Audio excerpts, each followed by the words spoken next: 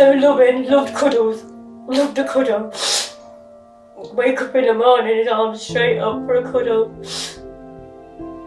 And then he'd want pig wafers.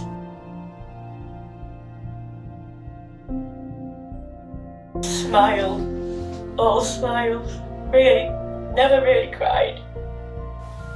Just so cute and sweet. I know every mum says that, but the little things he did were just, it was amazing. Come on. Come on. Come on. Right, there you go. We were both pretty strict. Get around me more, because I'm mum and, you know, they're my babies. Mum always gives in. They knew that too. And Bronson knew just how to get mummy.